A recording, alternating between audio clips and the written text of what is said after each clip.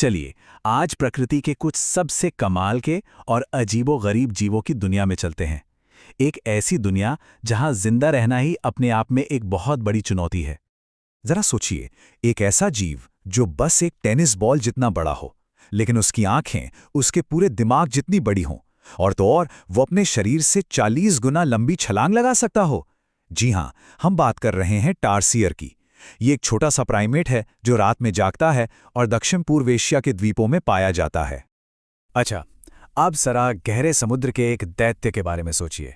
एक काला समुद्री शैतान जो घने कुचल देने वाले अंधेरे में अपनी खुद की टॉर्च लेके घूमता है। ये है एंगलर फिश। ये वहां रहती है समुद्र की उन गहराइयों में जहां सूरज की एक किरण तक नहीं पहुंचती। तो सवाल ये है कि एक पेड़ पर रहने वाले इतने छोटे से जीव और समुद्र की गहराइयों में छिपे उस दैत्य में भला क्या एक जैसा हो सकता है? जवाब सच में हैरान कर देने वाला है। ये दोनों ही पृथ्वी के सबसे मुश्किल हालात में जीने के मास्टर हैं। तो चलिए सबसे पहले यही देखते हैं कि ये जीव घुप अंधेरे में अपना रास्ता आखिर खोजते कैसे हैं। जरा टारसियर की आंखों पर गौर कीजिए। किसी भी मैमल यानी स्तनपाई के मुकाबले उसके शरीर के साइज के हिसाब से ये सबसे बड़ी आंखें हैं। मतलब उसकी हर एक आंख उसके पूरे दिमाग जितनी बड़ी है। और कमाल की बात यह है कि ये आंखें इतनी बड़ी हैं कि वो इन्हें घुमा ही नहीं सकता, तो फिर वो देखेगा कैसे? कुदरत ने इसका भी जुगाड़ किया है। वो उल्लू की तरह अपनी गर्दन को दोनों तरफ 180 डिग्री तक घुमा सकता है ना कमाल? तो ठीक है, टारसियर के रात वाले जंगल से निकलकर अब हम चलते हैं और भी ज्यादा गहराई में, एक ऐसी दुनिया में जहां सूरज की रोशनी का नामो निशान तक नहीं है।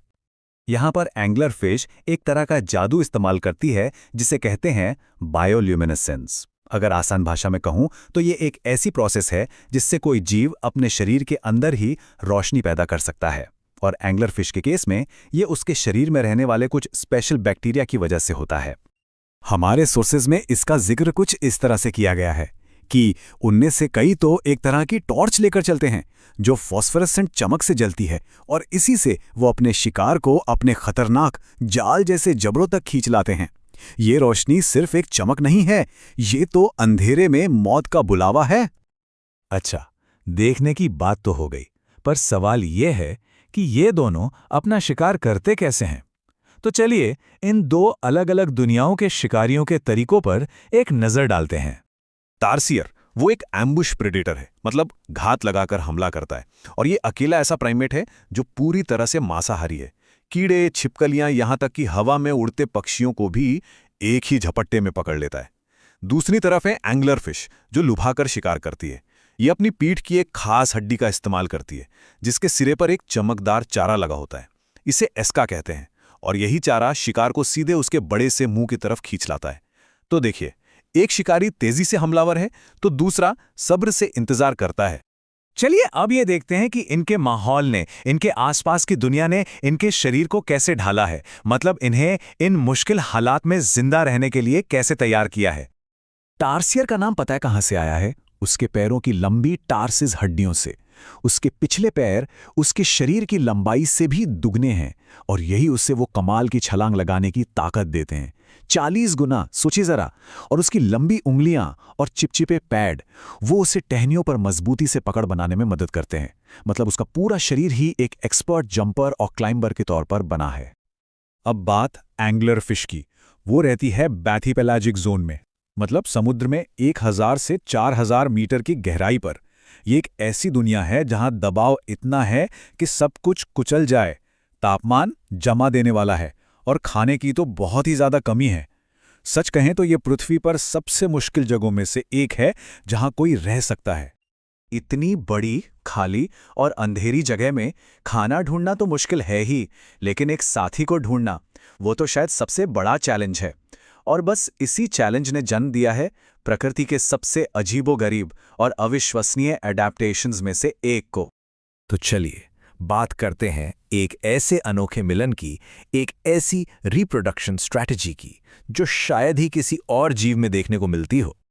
इसे कहते हैं सेक्सुअल पैरासिटिज्म, यानी यौन परजीविता।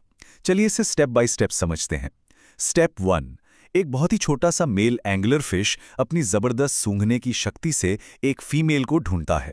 स्टेप 2, वो उस विशाल फीमेल को अपने नुकीले दांतों से काटता है और उससे चिपक जाता है। अब आता है सबसे हैरान करने वाला हिस्सा। स्टेप 3, उनकी स्किन और यहां तक कि ब्लड वेसल्स यानी खून की नसें भी आपस में जुड़ जाती हैं। स्टेप 4, इसके बाद मेल अपनी पूरी जिंदगी के लिए न्यूट्रिएंट्स यानी पोषण के लिए फीमेल पर डिपेंडेंट हो जाता है। और स्टेप 5, फीमेल एक तरह से सेल्फ फर्टिलाइजिंग बन जाती है। और ये देखिए, असल में ये कुछ ऐसा दिखता है। एक छोटा सा पैरासाइट मेल हमेशा के लिए एक विशाल फीमेल एंग्लोफिश से जुड़ा हुआ।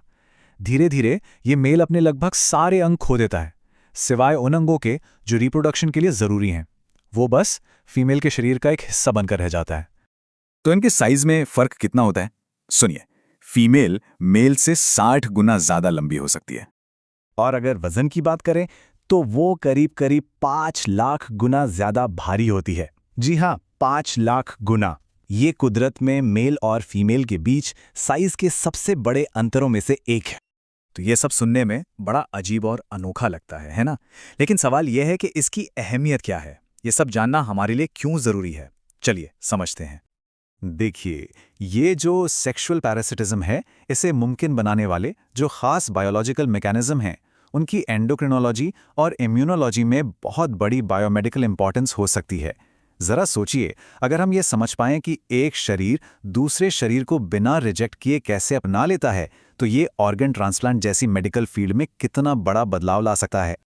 टार्सियर और एंगलर फिश, ये दोनों हमें दिखाते हैं कि जिंदगी सबसे मुश्किल, सबसे एक्सट्रीम हालात में भी अपना रास्ता ढूंढ ही लेती है। तो आखिर में बस एक सवाल बचता है, हमारी दुनिया के उन हिस्सों में जिन्हें हम आज तक देख भी नहीं पाए हैं, न जाने और कितने ऐसे बायोलॉजिकल सीक्रेट्स छिपे होंगे।